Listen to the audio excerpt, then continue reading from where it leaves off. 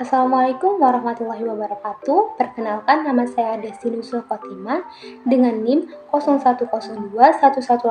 01021188222723 dari kelas B Indralaya. Baiklah, di sini aku akan ngejelasin tentang distorsi pasar. Distorsi pasar itu sendiri adalah gangguan atau ketidakseimbangan pada mekanisme pasar yang mengarah pada harga, produksi, atau alokasi sumber daya yang tidak efisien.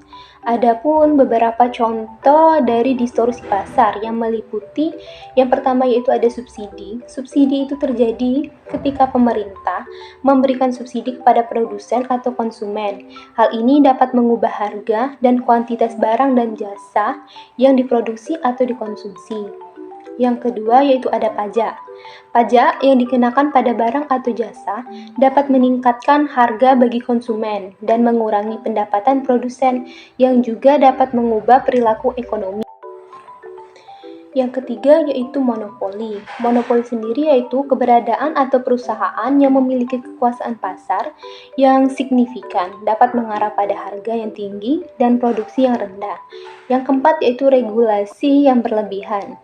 Terlalu banyak peraturan pemerintah di sektor tertentu dapat menghambat persaingan dan inovasi.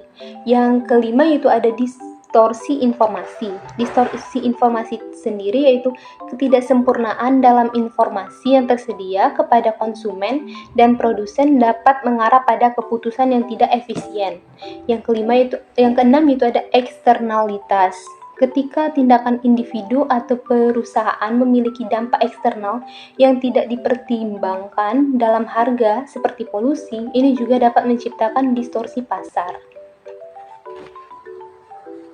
Di sini aku akan ngejelasin distorsi dalam bentuk rekayasa pasar dari dua sudut yaitu permintaan dan penawaran. Yang pertama yaitu ada bai najasi. Bai najasi atau rekayasa dalam demand atau permintaan, yaitu apabila ada seorang produsen atau pembeli menciptakan permintaan palsu seolah-olah ada banyak permintaan terhadap suatu barang tersebut sehingga harga produk tersebut dijual naik.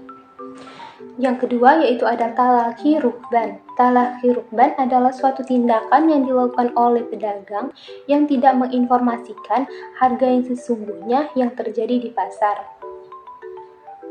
Yang ketiga yaitu ada ihtikar. Ihtikar adalah kegiatan menimbun atau menyimpan barang yang biasanya dibutuhkan masyarakat luas dengan cara membeli barang tersebut dan menahannya untuk beberapa waktu hingga harga tersebut mahal dan menjualnya kembali untuk mencari keuntungan yang sangat banyak.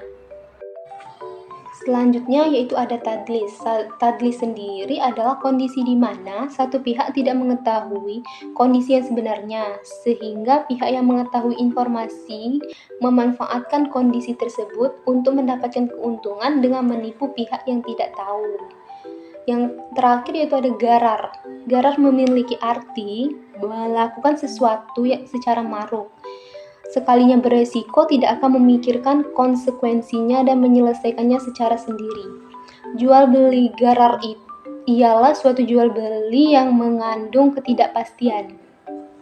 Dalam Islam menyebutkan menyimpan barang sebagai persediaan yang cukup banyak atau besar itu diperbolehkan, asalkan tidak menjualnya kemudian mengambil keuntungan yang cukup besar.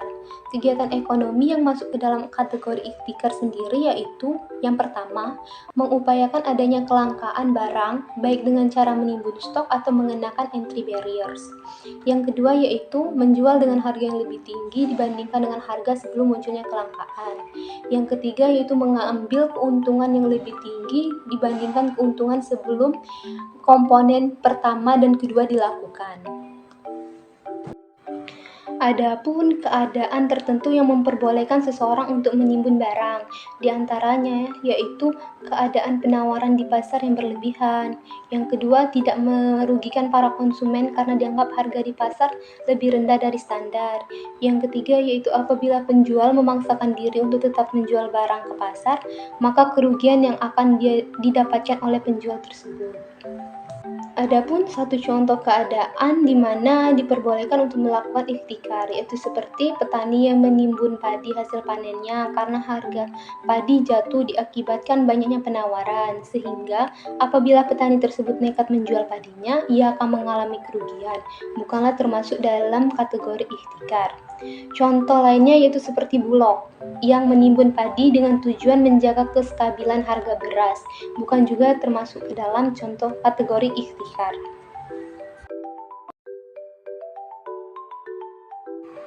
Di sini aku akan jelasin contoh studi kasus ihtikar, yaitu di mana pada tahun 2019 kita menghadapi yang namanya COVID-19, di mana pemerintah menghimbau untuk mencuci tangan menggunakan hand sanitizer. Tetapi ada beberapa oknum yang tidak bertanggung jawab. Dia menimbun dan menyimpan barang itu dengan waktu yang cukup lama, sehingga mengakibatkan kelangkaan karena jumlah permintaan yang begitu banyak, sedangkan jumlah yang ditawarkan sangat sedikit. Setelah terjadinya kelangkaan tersebut, pedagang tersebut mulai mengeluarkan barang tersebut, tetapi dengan harga dua kali lebih besar dibandingkan dengan harga sebelum terjadinya kelangkaan. Hal ini tentu merugikan konsumen atau kepentingan orang banyak dan hanya menguntungkan penjual saja atau kepentingan pribadi. Seharusnya, ketika kepentingan pribadi itu bertentangan dengan kepentingan orang banyak, maka didahulukan yaitu kepentingan orang banyak. Itu saja yang dapat saya sampaikan. Apabila ada kesalahan saya minta maaf. Saya akhiri. Wabillahi taufik wal hidayah. Wassalamualaikum warahmatullahi wabarakatuh.